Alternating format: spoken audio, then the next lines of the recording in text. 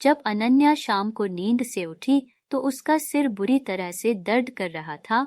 फिर भी वह उठकर किचन में जुट गई। सब्जी, दाल, चावल सब बना चुकी थी, बस रोटियां बनाना बाकी था। तभी उसके सिर का दर्द अचानक इतना तेज हो गया कि उसे लगा जैसे उसका सिर फट जाएगा। उसने थके हुए शब्दों में अपनी देवरानी रेखा से कहा, रेखा जरा आज रोटी तुम बना लो ना, मेरा सिर दर्द से बुरा हाल हो रहा है। रेखा उस वक्त नेल पॉलिश लगा रही थी।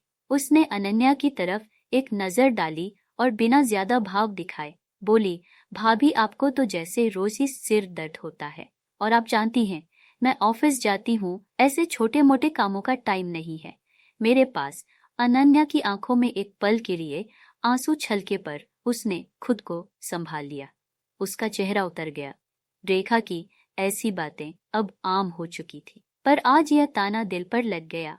वह चुपचाप किचन से बाहर आकर आंगन की ओर चली गई। तभी अनन्या की सास कमला जी की आवाज, बहू खाना लगा दो, मैं बस हाथ धोकर आती हूँ। ये सुनते ही अनन्या फिर से किचन की ओर लौट गई और सिर में दर्द होने के बावजूद रोटियां बनाने लगी। कुछ ही देर बाद उसके पति अभिनव और देवर विनय भी खाने के लिए बैठ गए। अनन्या जल्दी जल्दी रोटी बनाने लगी। जब वह थाली परोसकर वापस रसोई में जा रही थी, अभिनव ने उसका मुरझाया चेहरा देखा। उसकी आंखों के नीचे काले गहरे और सूजी हुई आंख साफ बता रही थी कि उसको कुछ परेशानी है। वह तुरंत उठकर किचन में चला गया और बोला, अनन्या यह क्या हाल बना रखा है, तुम ठीक तो हो, कुछ परेशानी तो नहीं है? अनन्या ने फीकी मुस्कान के साथ कहा, कुछ नहीं, बस थोड़ा सिर दर्द है। तभी रेखा किचन में आई और बोली, भाभी मेरा टिफिन रख देना, मुझे भी देर हो रही है, मैं विनय के साथ ही निकलूंगी। अभिनव ने थोड़ा तेज आवाज में आकर कहा, रेखा तुम खुद रख लो अपना टिफिन, अनन्या का सिर दर्द कर रहा है, वो जैसे तैसे काम कर रही है। रेखा बिना चौके बोली, अरे जेठ जी, आप तो अपनी पत्नी को जानते नहीं है, उन्हें हर रोज काम ना करने का 50 बहाने आते हैं। यह सुनकर अभिनव को गुस्सा आ गया। उसने गहरी सांस ली और रेखा की ओर देखकर बोला, रेखा तुम्हारा नौकरी करना अच्छी बात है, मैं इसका सम्मान करता हूँ, लेकिन इसका मतलब यह नहीं कि तुम खुद को सबसे बड़ी समझने लगो। घर में किसका क्या स्थान है, यह बात याद रखना जरूरी है। अभी उसकी बात खत्म भी नहीं हुई थी कि कमला जी की तीखी आवाज आई, ओ जोरू का गुलाम, तू भी अपनी पत्नी से नौकरी करवा ले, तू ही तो जिद करके इस गवार लड़की से शादी करके लाया था, अब भुगत देख। मेरे विनय को मैंने उसके लिए पढ़ी लिखी लड़की रेखा को चुना है, दोनों कितने खुश रहते हैं, और तू हर वक्त अपनी बीवी का गुलाम बना फिरता है।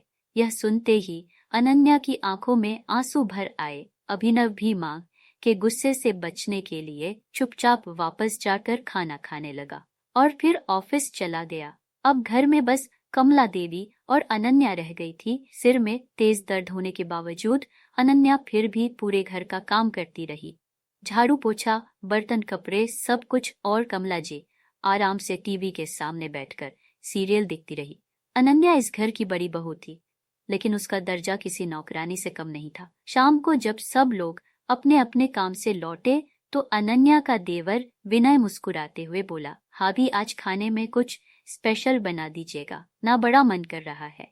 अनन्या ने थकी आवाज में कहा, विनय जी कल बना दूंगी, आज तबीयत कुछ ठीक नहीं लग रही है। यह सुनते ही कमला जी ताना मारा, पूरा दिन बैठी रहती है, फिर भी सिर दर्द ठीक नहीं हुई क्या?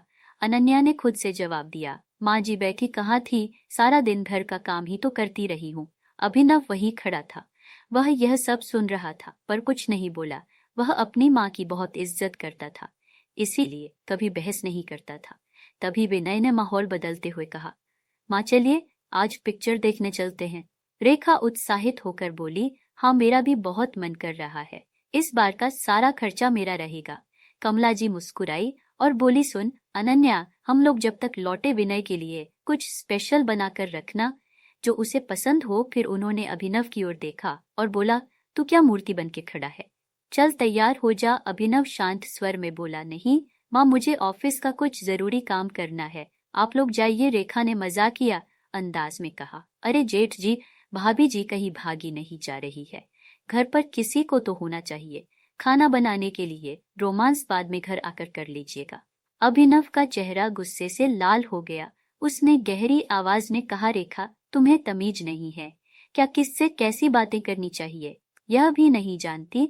तुम्हें जाना है तो जाओ, हम नहीं जाएंगे। कमला जी और विनय ने तुरंत माहौल संभालने की कोशिश की। दोनों एक साथ बोले, अरे रेखा, तुम मजाक कर रही थी, आप तो सीरियस ही हो गए। कुछ देर बाद तीनों मूवी के लिए निकल गए और अनन्या वहीं थकी हारी फिर किचन की ओर बढ़ी और विनय के लिए कुछ स्पेशल बनाने लगी। तभी अभिनव धीरे से पीछे से आया और अनन्या को अपनी बाहों में भर लिया और उसने उदासी मन से बोला, अनन्या, मुझे माफ कर दो। शादी से पहले मैंने तुमसे वादा किया था कि तुम्हें रानी बनाकर रखूंगा, लेकिन देखो यहाँ तुम्हें दिन रात घर के कामों में झोंक दिया गया है। अनन्या ने हल्की मुस्कान के साथ उसकी तरफ देखा और कहा, अभिनव जी, मुझे काम से कोई शिकायत नहीं है, पर रेखा का हर वक्त ताने मारना और माँ की गाली दिल को चुभते हैं। एक छोटी बहू होकर भी वह हर बात में रोब झाड़ती है, जैसे हम कुछ करते ही नहीं हैं। दोनों पुराने दिनों की बातें में खो गए। हंसी ठिठोली के बीच अनन्या खाना बना रही थी और अभिनव उसकी मदद कर रहा था। रात के 10 बज गए, लेकिन कमला जी, विनय और रेखा अभी तक नहीं लौटे। अभिनव ने घड़ी की ओर देखा और कहा, अनन्या, तुम खाना खा लो, तुम्हें दवाई भी लेनी है। अनन्या ने सिर हिलाया और चुपचाप जाकर अपने और अभिनव के लिए थाली निकाली। दोनों साथ बैठकर खाना खाने ही लगे थे। तभी दरवाजे की घंटी बजी। अनन्या ने दरवाजा खोला तो देखा कमला जी हाथों में शॉपिंग की ढेर सारी थैले लिए खड़ी थी। वे अंदर आई और उनकी नजर सीधे टेबल पर रखी अधखाई थाली पर पड़ी, साथ ही अभिनव पर जो आराम से खाना खा रहा है। उसका चेहरा गुस्से से लाल हो गया। तीखे स्वर में बोली, वह इन दोनों लैला मजनू से तो रहा ही नहीं गया। 5 मिनट भी सब्र नहीं हुआ। हमारा इंतजार कर ले आज। पहली बार अभिनव ने नरमी छोड़ते हुए सीधा जवाब दिया, माँ अनन्या को दवा खानी थी, इसीलिए मैंने उसे खाने के लिए कहा। कमला जी ने बात को टालने की कोशिश की और झोले से एक शर्ट निकालते हुए बोली, यह देख, तेरे भाई और उसकी बीवी ने तेरे लिए एक शर्ट पसंद की है। अभिनव ने शर्ट लेते हुए धीरे से पूछा, इतना धीमे कि अनन्या ना सुने। माँ, अनन्या के लिए क्या लाए हो? इस पर कमला जी और रेखा दोनों एक शॉट में बोली, अरे उसके पास तो वैसे ही ढेर सारे कपड़े हैं और वैसे भी वो तो घर पर ही रहती है, उन्हें कपड़ों की क्या जरूरत है? मुझे ऑफिस जाना रहता है, इसलिए मैंने 15 सेट खरीदे हैं।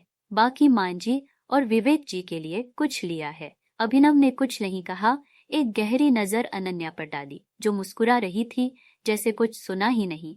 अगले दिन सुबह जब रेखा ऑफिस जाने के लिए तैयार हो रही थी तो जाते जाते बोली, माँ जी, आज ऑफिस से आने में देर हो जाएगी, ऑफिस में आज पार्टी है, थोड़ा रुकना पड़ेगा। यह कहकर वह अकेले ऑफिस चली गई। शाम को जब विनय घर लौटा तो उसने पूछा, माँ, रेखा अभी तक नहीं आई क्या? कमला जी ने मुस्कुराकर जवाब दिया, नहीं बेटा, आज उसके ऑफिस में पार्टी है, बेचारी दिन भर काम करती है, थोड़ा घूमना फिरना भी जरूरी होता है। विनय बिना कुछ बोले अपने कमरे में चला गया। रात के 11 बज चुके थे।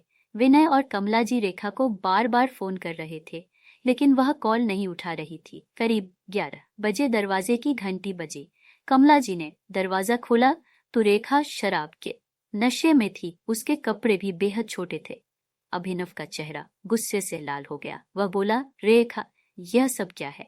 कमला जी ने तुरंत बचाव में कहा, बड़े लोगों की पार्टी है, बहू ने थोड़ा पी भी लिया तो क्या हो गया, और तुम्हें क्या फर्क पड़ता है?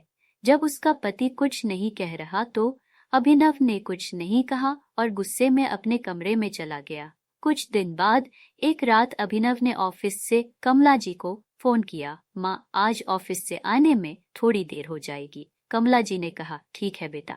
रात के करीब 10 बजे जब अभिनव घर की तरफ आ रहा था तो उसकी नजर एक सुनसान गली में खड़ी रेखा की। उसे कुछ शक हुआ कि जब वह वहां गया तो देखा कुछ लड़के गाड़ी के शीशे पर बार बार मार रहे थे और रेखा को परेशान कर रहे थे। अभिनव को देखते ही वह लड़के भाग गए। उसने देखा कि गाड़ी में रेखा और विनय दोनों नशे में धुत हैं। वह तुरंत दोनों को अपनी गाड़ी में बैठा कर ले आया। कमला जी ने दरवाजा खोला। जैसे ही उन्होंने विनय और रेखा को इस हालत में देखा, वह चौंक रह गई। अभिनव ने कड़ी आवाज में कहा, माँ, यह है आपके लाडले। अगर मैं समय पर नहीं पहुंचता तो आज रेखा के साथ कुछ भी हो सकता था और आप किसी को मुंह दिखाने लायक नहीं रहती। वह रुका नहीं और आगे कहा, विनय मेरा छोटा भाई है, पर लगता है मुझसे बड़ा हो गया है। अपनी पत्नी के साथ शराब पी रहा है, उसको शर्म नहीं आती। अभिनव की आंखों में नाराजगी और दर्द दोनों थे। माँ, घर की बहू को मर्यादा में रहना चाहिए, लेकिन आपको तो बस बड़ी बहू को ताने मारने की छूट मिली हुई है। उस दिन जब रेव शराब पी कर आई थी तो आपने कहा था कि बड़े लोग की पार्टी है, तो उसका यही नतीजा है। यह कहकर वह अपने कमरे में चला गया। अगली सुबह जब विनय और रेखा की आंख खुली तो उन्हें रात की बातें याद आई। दोनों अभिनव के कमरे में पहुंचे। अभिनव ऑफिस जाने के लिए तैयार हो रहा था। अनन्या भी वही थी। अभिनव ने उन्हें देखा पर नजरअंदाज कर दिया। रेखा धीरे से बोली, भैया मुझे माफ कर दीजिए, मैं अपनी हद भूल गई थी। अगर आप कल रात नहीं होते तो।